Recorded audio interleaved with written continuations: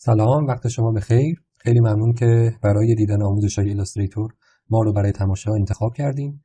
امروز می‌خوایم در مورد تینت صحبت کنیم.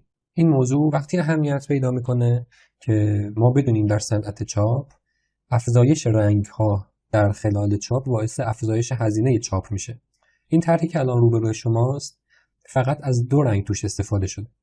این رنگ مشکی که تو بک‌گراند رو اگه در نظر نگیریم، چرا؟ چون صرفا برای اینکه طرح هم دیده بشه. فرض کنید ما می‌خوایم این طرح رو روی یک تیشرت مشکی رنگ چاپ کنیم. در واقع چیزی که پرینت می‌کنیم اینه و اون بک‌گراند مشکی جدا قرار داریم این زیر که بهتر طرحمون رو ببینیم.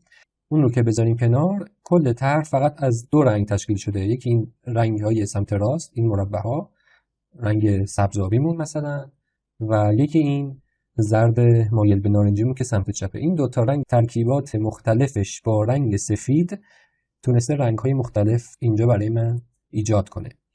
تینت در واقع به ترکیب رنگ سفید با هر رنگی میگن. در واقع اگر ما این رنگ و رنگ اصلی ببینیم، یه تینتی که میتونیم ازش بسازیم این زرد کم رنگی که این وسطه. حالا بریم با پنل های کالر و سواتچز کار کنیم ببینیم دقیقا منظورمون چی هست. خب اولا من پنل کالر رو باز میکنم و رو این رو کلیک میکنم. خب یک رنگ پنتون برایت گرینه، یا کدی داره و یه اسمی داره و اسپات کالر. در واقع در مورد اسپات کالر و گلوبال کالر ما صحبت کردیم. حواسمون هم باشه این بحث تینتی که داریم فقط رو اسپات کالر جواب میده و گلوبال کالر. حالا این رنگ اصلی منه، اما الان که مثلا کلیک میکنم روی این گلبرگ ها همون رنگه ولی با درصد 50%، با تینت 50%. در واقع 50% سفیدی قاطی این رنگ شده و اینو ساخته. اگر اینجا کلیک کنم این همون 100%. این زردم نگاه کنین، باز یه اسمی خاصی داره، یک کدی داره که اینا جوهراش مشخصه، معلومه برای این رنگ ما چه جوهری باید تهیه کنیم، برای اینم چه جوهری. حالا میام رو طرح هم اینجا کلیک میکنم، همون رنگ خاصمه ولی با تینت 30%. اگر بیام اینجا کلیک کنم با تینت 100%. اگر این دور کلیک کنم با تینت 60%.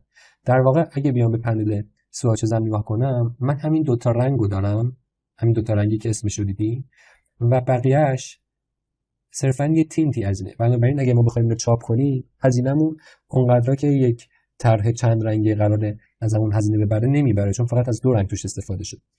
الان اگر من میخوام این رنگ خاصی که گفتیم یه تینت 30% از اون رنگمون بود و اضافه کنم به سواتچزم، میتونم اولا ببینم این همین پنتون یلو فلانه 30%. اینجا میام کریت نیو سواتچ میزنم.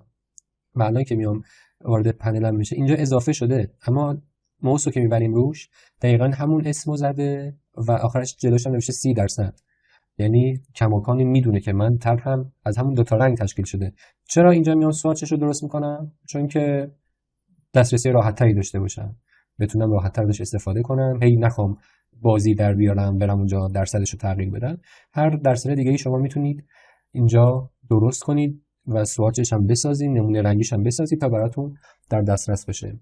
خب حالا بیایم ببینیم رنگ معمولی مگه چه تفاوتی داره.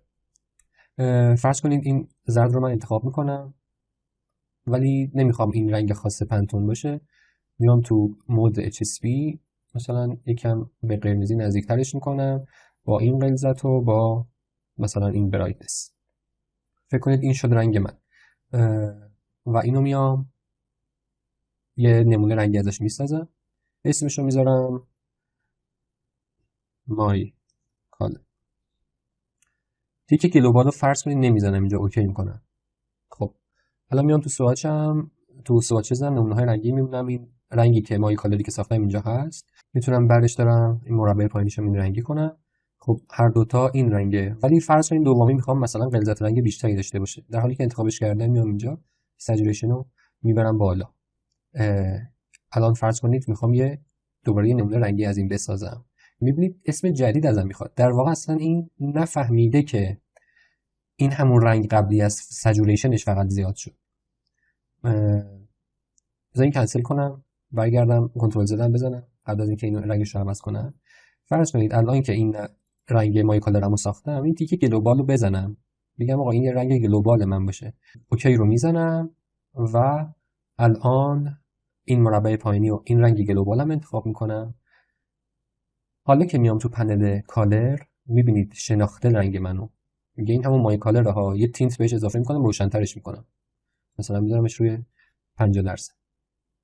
الان که بخوام نمونه رنگی جدیدی ازش بسازم، درسته اینجا میارتش برای دسترسی راحت تر، ولی موسمو که میبرم روش فهمیده این همون مای کالر جلوی زده مای کالر 50%. بنابراین میبینید حتما لازم نیست روی اون اثبات کالر خاص باشه یا حتما از رنگ‌های پنتون استفاده کنید. نه، هر رنگی که گلوبال باشه هم این ویژگی رو داره که ما از تینت های مختلفش تو طرحمون استفاده کنیم بدون اینکه نیاز باشه از نوع رنگی جدیدی اضافه کنیم که بخواد هزینه چاپمون بره بالا. خب یه دور مرور کنم چی شد. با مفهوم تینت آشنا شدیم. به ترکیب رنگ سفید با رنگ اصلی تینت های مختلف اون رنگ ساخته میشه و بهش میگن تینت. کاربردش توی گرافیک اینه که باعث میشه تعداد رنگ ها بالا نره، تعداد جوهرهای لازم برای چاپش بالا نره و هزینه چاپ بیاد پایین. فقط روی اثبات کالر و گلوبال کالر جواب میده و پشتیبانی میشه توی ایلاستریتور و دیدین چجوری میشه ساخت و نمونه رنگی ازش ساخت و استفاده کرد و فرقش هم با رنگ‌های معمولی دیدیم که به عنوان مثلا یک رنگی که فقط یک مقدار روشن شده اونا رو نمیشناسه، یک رنگ جدید تولید میشه، در حالی که اگه رنگمون رو گلوبال کنیم میفهمی که این فقط یه تینتی از اونه. بسیار عالی، خیلی ممنون که امروز هم همراه من بودین. برای دسترسی به ویدیوهای قبلی و مطلع شدن از ویدیوهای جدید حتما مشترک کانال ما بشید. وقتتون بخیر، خدا نگهدار.